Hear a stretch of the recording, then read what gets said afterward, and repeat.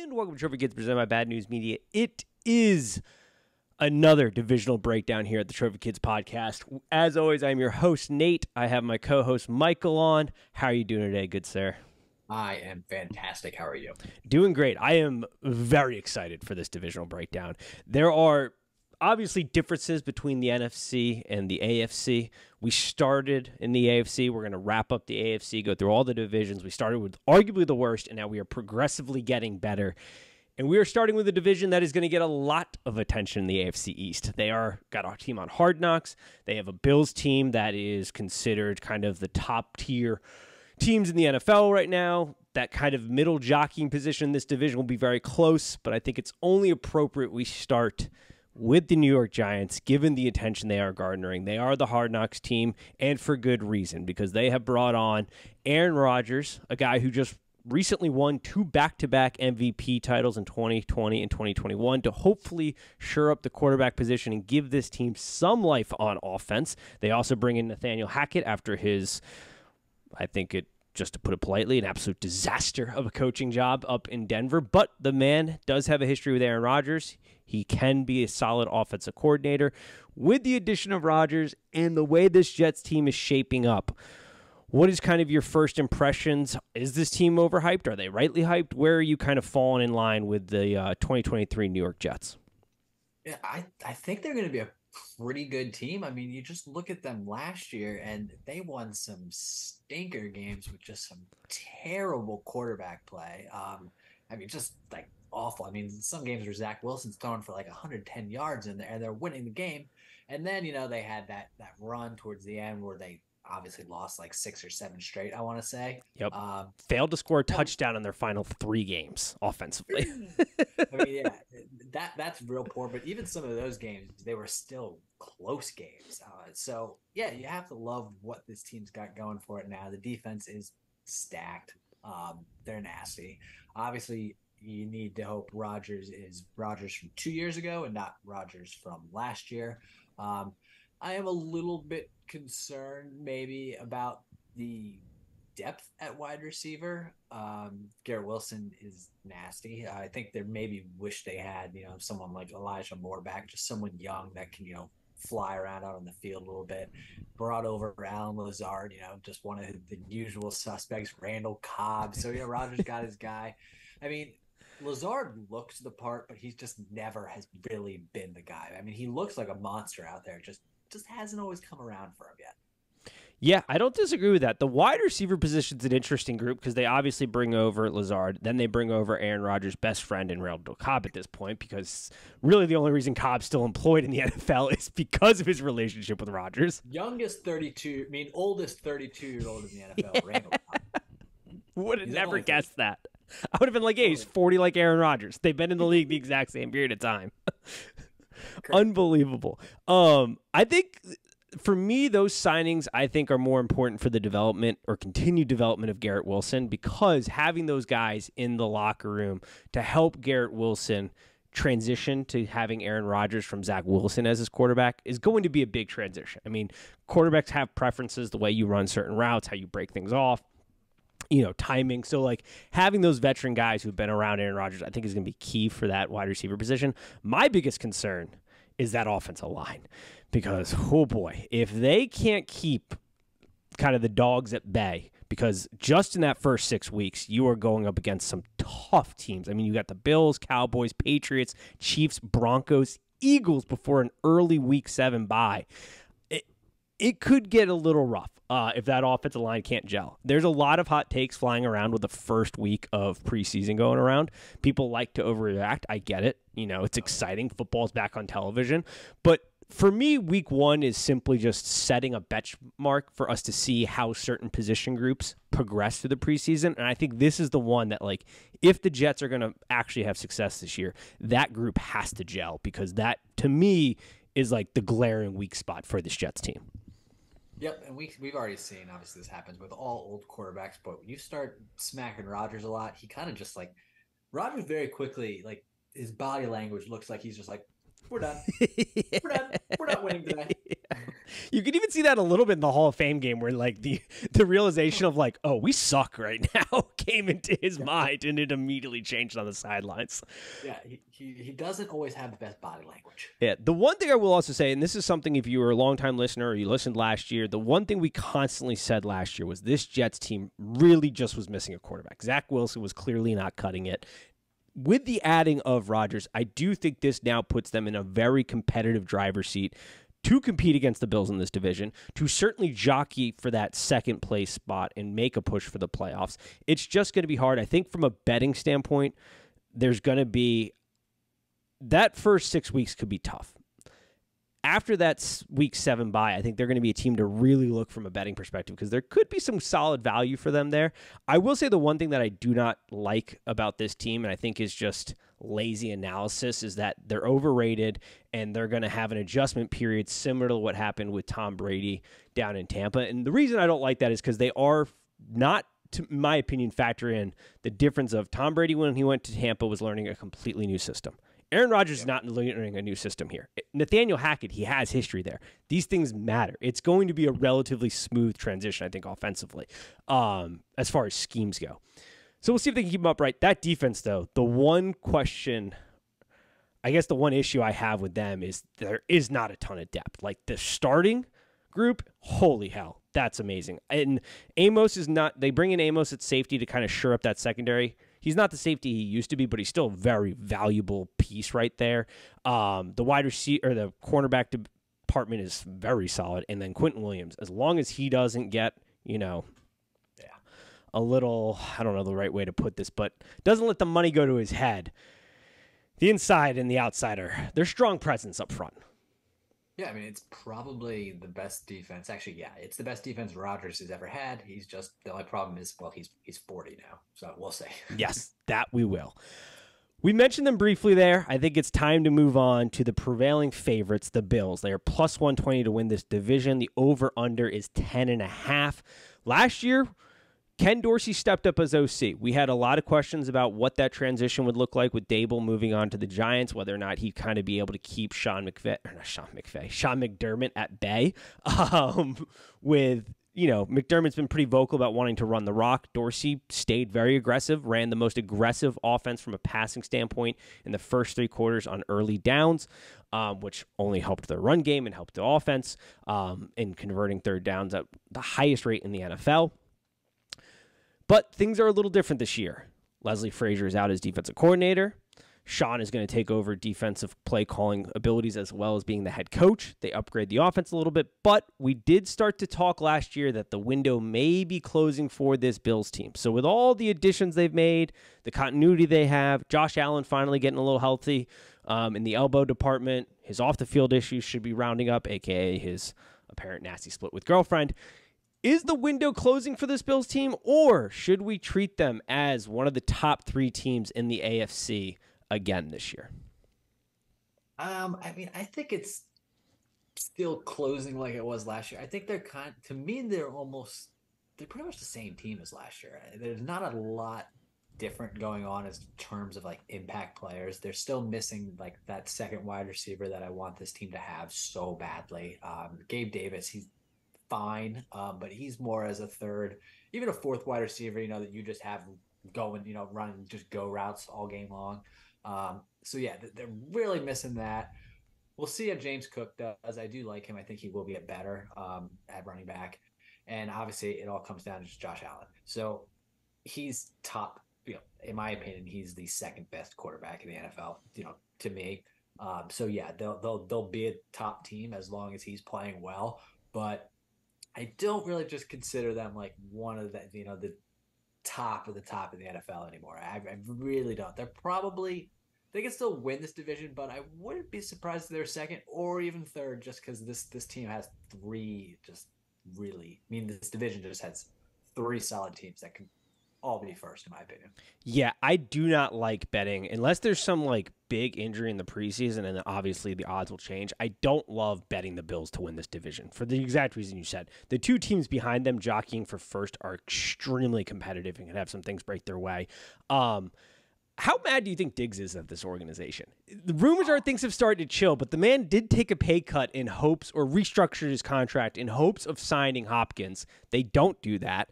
They don't really get any additional offensive help, with the exception of drafting Kincaid out of Utah to play tight end, which I actually love Kincaid. It was a deep tight end draft. I've watched an enormous amount of Utah football, given I've betting them to win the Pac-12 the last 2 years. He's a stud, and to mix him with Knox is going to be great. But I got to imagine Diggs is a little sour, and things could turn quickly if this offense doesn't get going fast.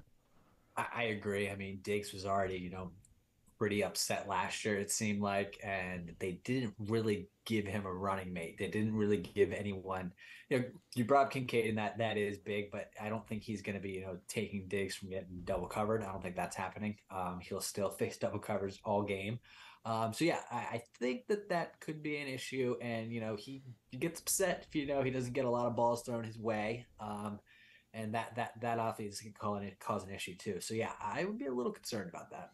Yeah, I think it's a fair thing to be concerned about. I mentioned the Kincaid thing too, because Ken Dorsey, we saw him up the ante on heavy personnel. We saw increases in 21 and 22 personnel groups last year. They ran the 9th heaviest passing offense from heavy personnel. So adding Kincaid does help in that area. But I think there's a couple things to be concerned about. Offense, I think, will be fine, because anytime you have Josh Allen, you're going to be all right. Like you said, he's your number 2 guy. I have him in my top 3 at the 3rd best quarterback in the league. I think they're going to be all right. My concerns are coming on the defensive side of the ball, because not only is this Bills team losing the advantage they tend to have late in the season, getting a lot of home games, 4 of their final 6 games are going to be played on the road, and after Week 11, they have the projected hardest schedule. But this defense now has to go up the likes against Patrick Mahomes, Joe Burrow, Justin Herbert, Jalen Hurts, Aaron Rodgers twice, Dak Prescott, Trevor Lawrence, and Tua twice. Can this defense, with now Sean taking over the reins, White coming back from a pretty significant injury, losing Edwards at linebacker, can this Bills defense be enough to get them over the goal line? That's obviously a big concern. They're kind of an aging defense. They got some names that pop out at you, but a lot of them, like I said, they're aging. Von Miller's coming off an injury. Tre'Davious White's coming off an injury. I'm always worried about corners coming back from injuries, especially as soon as you're older than like 27. It just makes me worried. So I'm worried about that. Matt Milano's a beast. I think that this is going to be an issue. You're going to see a lot of Bills games that 42-35. There's going to be some high scoring Bills games, because I don't think the defense is going to be able to keep up with a lot of these high flying AFC offenses. Yeah, it's going to be tough. And the other thing is, I always get a little nervous anytime a head coach takes over a position group, because to me that signals internal panic. I do think while the Bills have been one of the elite teams, and it kind of sounds stupid to say, it is true. When expectations are high and you're not meeting them, coaches tend to get on the hot seat. And their window, I think, is starting to close. But if things aren't going great on defense, does that tick up internal panic? Does that affect Ken Dorsey's aggressiveness from a play calling standpoint? Does McDermott try to get them to run the ball more offensively? To me, it feels like there's a little internal panic within the Bills organization just by that move alone. Maybe it's dumb reading into it, but that's kind of my read on it. I don't hate it. They probably know the window's just starting to close. Yeah. Now, the one thing I will give props to, because I think this offensive line is going to take in a lot of people's previews and kind of talking as their pass blocking ability, but their run blocking ability was insane. This stat that I saw for Cook, he averaged 4.4 yards before contact on first down attempts. The average in the NFL was 1.4 yards. He was getting almost 3 yards extra before first contact than the average running back in the NFL. Insane to me. That is insane. It's why they probably also helped convert on 55% of third downs, which was number 1 in the NFL. So I do have a lot of concerns about this Bills team. I do not think this is the year to bet them to division, because you've got the Jets chomping at their heels, and you've got the Miami Dolphins, who are slated at plus 290 to win the division, over under at 9.5. And I think the Dolphins may have made the best coaching hire this season by going out and getting Vic Fangio. He is, in my opinion, at this point in time, probably the best defensive coordinator in the league. right now, the schemes he comes up with, that defense is going to dramatically change.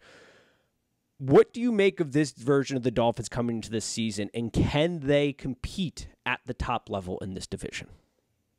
I think they can. Obviously, we all know what the most important factor is to his health.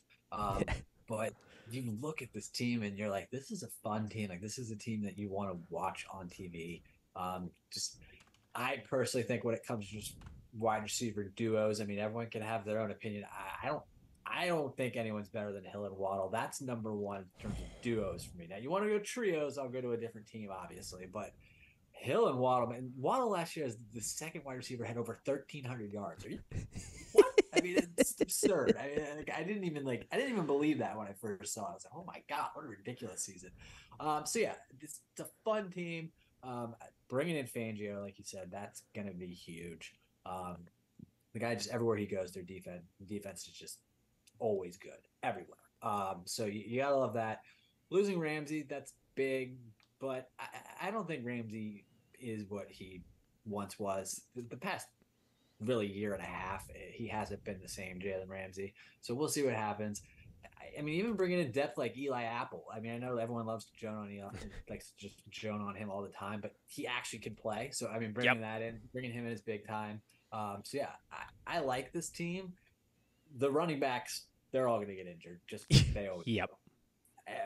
Mostert's not going to last more than a game and a half. I hope he does because he's so electric, but he always gets hurt. So does Wilson. So that's going to be an issue.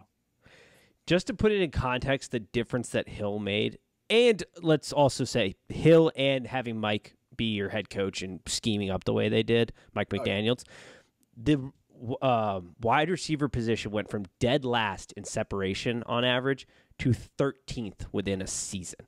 That's a pretty big jump in just 1 year. We also saw Tua go from having the highest rate of aggressive passes, meaning he's throwing into tight coverage.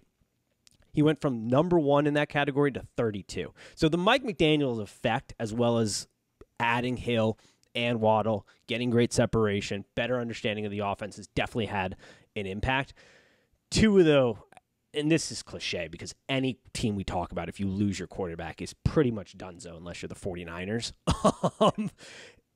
But he does matter. They went through, the record is undoubtedly better with Tua.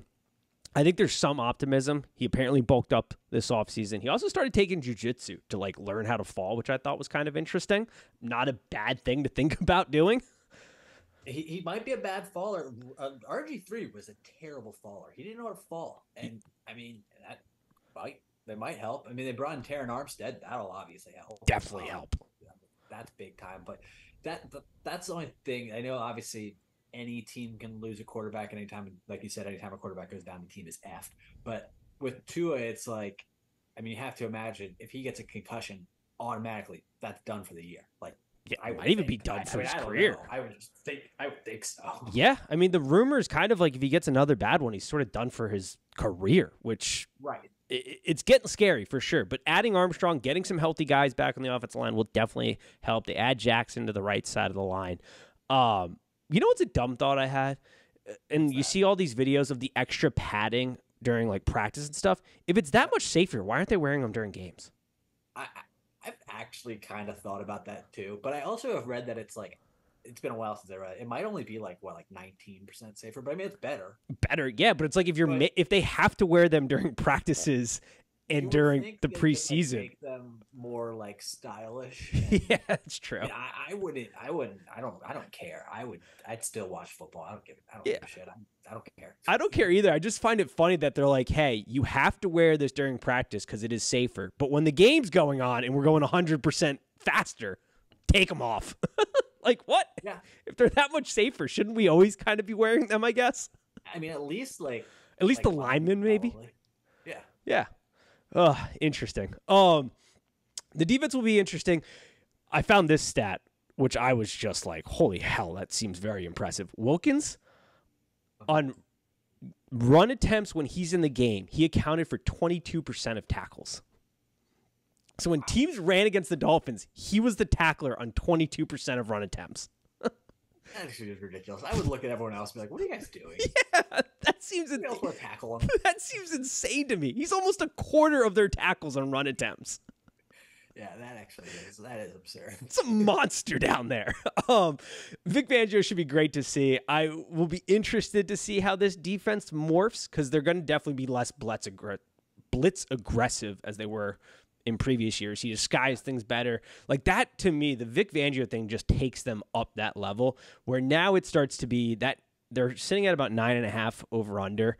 Their schedule is a tough one, but man, they got 9 wins last year, and that was with Tua getting banged up. So, like, if they can keep him healthy, that 9.5 win over, it's looking mighty attractive right now. Yeah, if he's healthy, I like it a lot. And I think we should also preface, a lot of our bets are pending. I think we'll do the same thing we did last year. Last breakdown episode will come right before the regular season. We'll give out some, like, big, maybe future bets. But it's just too early in preseason to be betting futures, in my opinion. Guys can go down in a minute and change the entire course. They also bring Braxton Berrios, who's been having a hell of the offseason off the field in the women's department. But we'll see his adage. He's a decent slot wide receiver. Another guy to add to this roster and weaponry. Yeah, I agree. I mean, they're pretty stacked in terms of playmakers and speed. I would agree. Fast team. All right. If Vic is the best coordinating hire, I think this next team made the biggest adjustment from previous coordinators. I don't know if there's a bigger jump. The Pats are bringing in Bill O'Brien to run the offense after what I still don't fully understand as the Matt Patricia hire. I don't think anybody will fully ever understand that hire. The Patriots are sitting at plus 800, over under 7.5. It still baffles me to this day that Bill Belichick pulled the trigger on that. The Patriots are in a bit of an interesting spot. Bill Belichick also decided 2 years ago to reset the tight end market with the money he spent on tight ends. They were the number 1 spending team 2 years ago in free agency. That obviously dialed back last year. This year they go out and they spend a little money. Nothing crazy. This is a team that I think expectations should maybe just be average. Like if they're just an average team, that's kind of good. Yeah. This team is so boring. It's so boring. And honestly, if you really think about it, like they were probably boring all those years they were good. It's just they had Tom.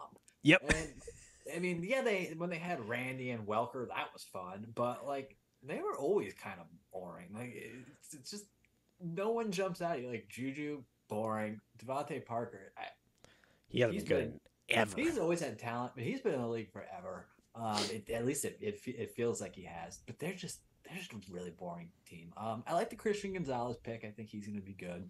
Yeah. But looking at this schedule here, they're probably starting the season 0-4. It's tough to say because anything happens really in September in the NFL, but this looks like an 0-4 start to this team, and it's nice of Bill to make to bring in an offensive coach to coach the offense. Of course, it's one of his guys. It always is. But I do like Bill O'Brien. I think he's a good offensive coach, but of course, it's just so typical of Belichick to do that. But I think this team is going to struggle. I think they're going to just they'll get wins because they're the Patriots. They're well coached. It's not a terrible roster. It's just, to me, it's a boring roster. I don't disagree. I am glad you did give Bill O'Brien. He's a good coach because I think people get lost because of how terribly the end of that Houston run was. But it only really started to go downhill when he was then placed in charge of making player personnel. Yeah, he is not a GM. When he's just focused on coaching, he's a good coach, and that has been demonstrated at Penn State. It was demonstrated he was the offensive coordinator of the Patriots back in the day. It was even demonstrated in Houston until he had to be GM as well. He was bringing the Texans to the playoffs all the time. Yes. Like, this guy knows how to coach ball and knows how to coach offenses, which then makes this team very hard for me to gauge because they did end up winning 8 games last year. They're over-under setting at 7.5. The schedule is a little tougher, in my opinion, though. But it's like, if you can win 8 games with Matt Patricia as your OC, could they get 8 games here again? I don't think so, but I think the bar is very much set at, are you an average team, maybe sitting Yeah, I guess I don't know. I don't know what to do with that number. I still haven't fully gauged it. That has been so funny. And with Matt Patricia as your OC. It still baffles the brain. I will say, you know, they get Mike Gesicki out of Miami. They pair him with Henry. When Bill O'Brien was the offensive coordinator, he had Aaron Hernandez and Gronk. Now, clearly that is not this duo, but I do think you can expect some heavier two tight end sets, a little bit more play action, schemes that are a little bit more friendly to Mac Jones, who is a guy that, let's be honest, he needs to win at the line of scrimmage before the ball's even snapped and getting good schemes because he does not have absorbent talent like some of these other guys do. He's got to beat you with his brain and getting good matchups, which hopefully Bill O'Brien could try to scheme, but it's the cupboard's bare. And then you flip the side to the defense. Nobody, like, Judon's good, but like nobody's like super jump off the page. That is the Bill Belichick way. He's all about schemes and, you know, kind of this like free-flowing defense with just kind of like positionalness, but like there's nobody on that defense that jumps off the page. And they're going up against harder offenses this season. We saw last year they beat up on bad offenses, but then they kind of got beat up against good offenses. How do you project this defense to hold against some? I mean, they've got a ton of solid offenses they got to go against, especially in the back end of that season. I mean, they've got Chargers, Steelers won't be great, but Chiefs. We'll see what the Broncos look like with Sean Payton, Bills, and Jets to round out the season. And you got a couple at the beginning part with Eagles, Dolphins, Jets, Cowboys, Saints. Like, can this defense keep them in games? It's not fair to them. I think they're good enough to keep, you know, teams with good offenses in games, but this team just, they don't have it. And based on what we saw, honestly, you can't take anything you see in the preseason, but I would not be shocked if in week 18 we see, just for the hell of it, Malik Cunningham playing quarterback. Just throw him out there. I mean, yeah, I don't think this team's going to be competing for a playoff spot, especially in the AFC. Just no chance. Nope. This is the year that a decision has to be made on what you're doing with Mac Jones. And if things aren't going well, I also don't see why not just giving Cunningham a shot and see what he can do if things don't go well, because unfortunately, Mac Jones got the short end of the stick with having Matt Patricia be his offensive coordinator in year 2 of his development, but it is what it is, and this is the make or break year.